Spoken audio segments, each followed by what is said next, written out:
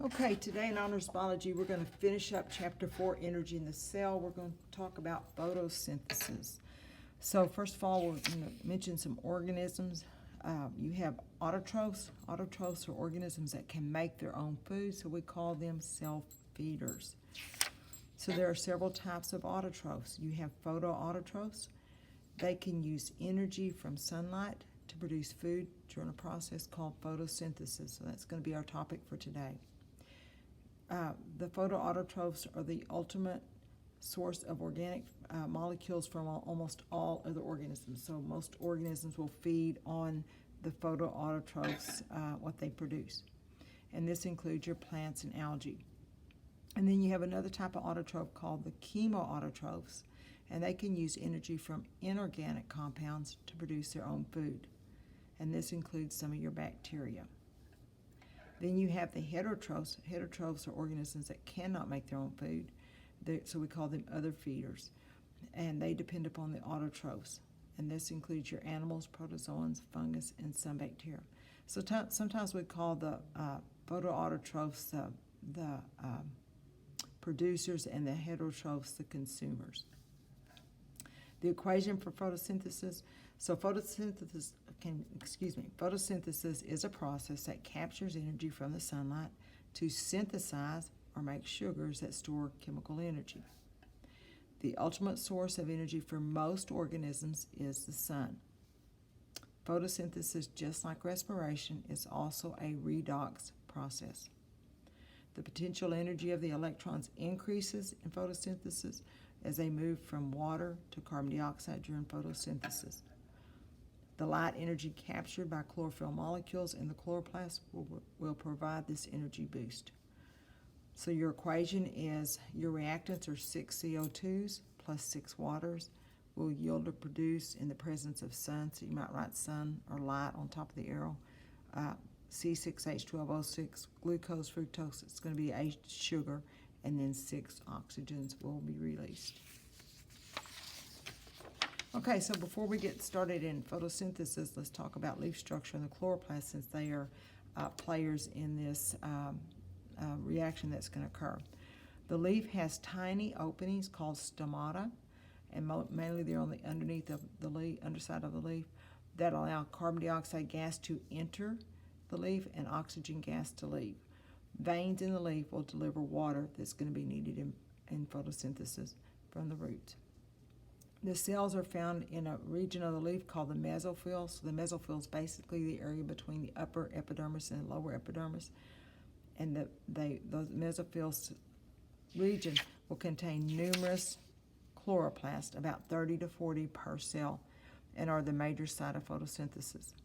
Each chloroplast is a double membrane organelle and contains two main things. It will contain thylakoids, which look like little coins, and a stack is called a granum, or plural would be grana, or membranous sacs, which have an internal compartment called the thylakoid space. Built into the thylakoid membrane are the chlorophyll molecules, which will capture sunlight so that the light reaction can occur. The thylakoids are interconnected to each other. The stroma is a fluid area found outside the grana where the dark reaction occurs. So your book should have a picture of the leaf with the thylakoid and the stroma labeled in the chloroplast. Chloroplasts are found in all green parts of a plant. However, the mesophyll of the leaf typically has the most chloroplasts, about 500,000 per millimeter squared surface area. The green color comes from chlorophyll, a light-absorbing pigment in the chloroplast that plays an important role in converting light energy to chemical energy. Now, we mentioned chlorophyll is a pigment, so let's talk about photosynthetic pigments. Pigments have the ability to absorb certain wavelengths of light and reflect others. The wavelengths that are not absorbed but reflected will give the leaf its color, and so they reflect green light, and so that's why they appear green. The energy from the wavelengths of light that is absorbed is contained in packets called photons. The photons are going to be used to excite or energize the electrons in the light reaction. Different pigments absorb light of different wavelengths. Chlorophyll A is the most abundant pigment and absorbs mainly blue, violet, and red wavelengths. Chlorophyll B absorbs mainly blue and orange light and hands the energy over to chlorophyll A. And then you have other pigments that are called accessory pigments, and they include the carotenoids, which help broaden the spectrum of available light so they can hand energy over to the chlorophylls, but they also play an important role in photoprotection by absorbing and dissipating excessive light energy that would otherwise damage the chlorophyll. Now in the fall, when you start seeing leaves turn colors, what is happening is the chlorophyll molecule is atrophying, or it's going away because the sunlight's not strong enough to support it, and then whatever pigments were always there have time to show up, and so that you can enjoy them. Okay, so let's talk about photosynthesis in a little bit more detail. Photosynthesis includes what we call the light reaction, which is light dependent. It can only occur if light is present. And the dark reaction, which is also called the Calvin cycle or the Calvin-Benson cycle, which is light independent. So the dark reaction does not have to have light or does not have to have dark. As long as it's got the products from the light reaction, it can occur. So light reaction occurs once again in the thylakoid membrane and involves two groups of molecules called photosystems 1 and photosystems 2. And they lie next to each other in the thylakoid membrane. And a photosystem is like a light gathering antenna, so its job is to collect the photons of light. The main function of the light reaction is to capture and transfer energy of electron movement so that ATP and NADPH can be made. So the events of the light reaction. So photosystems 2 events will occur first. So a photon of light will strike chlorophyll A. It responds to the wavelength 680, so sometimes it's called P680, and accessory molecules, and excites the chlorophyll molecules' electrons, which travel down the electron transport chain, or the ETC. Now, photosystems 2 is now missing some electrons, so it has an electron hole. Nothing can happen until that is replaced, those electrons are replaced. So an enzyme will split a water molecule through a process called photolysis. The electrons from water will replace those that have left the chlorophyll 680 molecule. The hydrogens are released into the stroma, and the oxygen is given off as a waste, or the hydrogens are just released into the area. So the oxygen you breathe used to be a water molecule.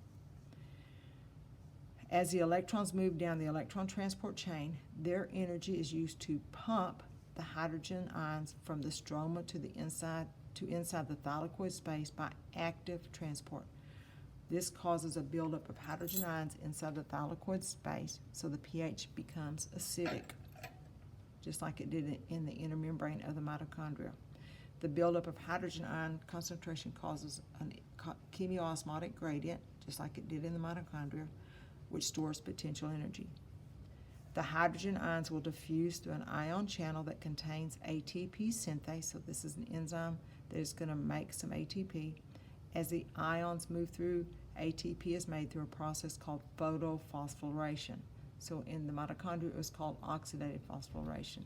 In the plant, it's called photophosphorylation. Then photosystems 1. So different chlorophyll molecules, we sometimes call them P700 because they respond to the 700th wavelength of light, absorb photons of sunlight energy. It excites the chlorophyll's electrons.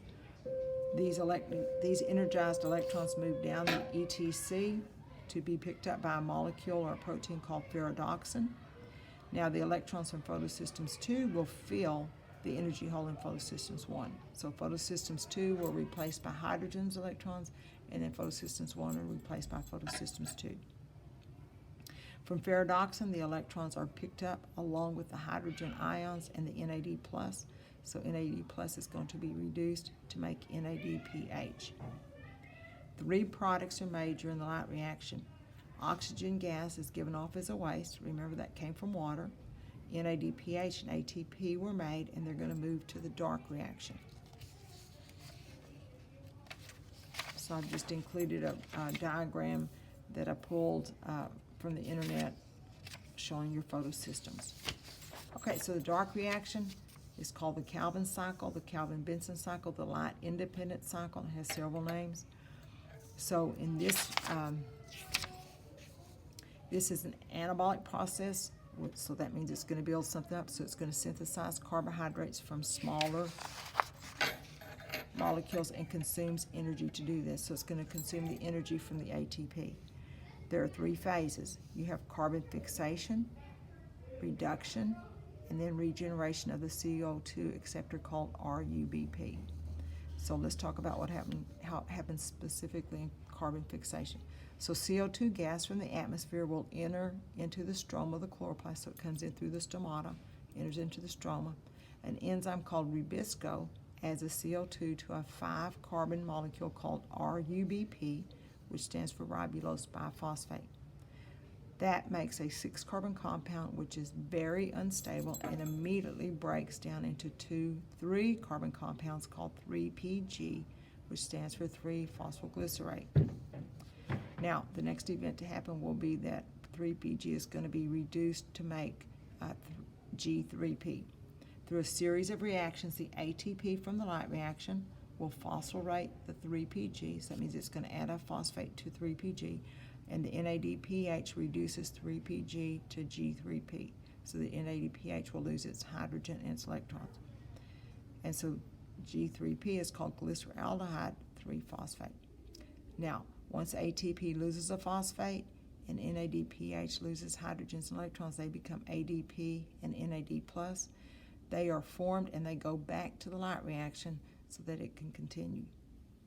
The G3P, a 3-carbon sugar, is going to be used to make glucose and starches. So photosynthesis does not directly make glucose, it makes G3P, and then the G3Ps will be put together to make glucose or fructose or starches.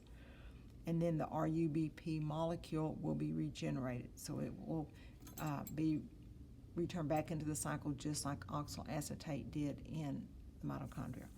And so I attached a diagram for you to look at that shows you the 3 stages, shows you carbon fixation, reduction, and ribulose biphosphate. And it's assuming that 3 CO2s come in so that you can make the G3P in the end. Thank you. Now you can do your photosynthesis study guide.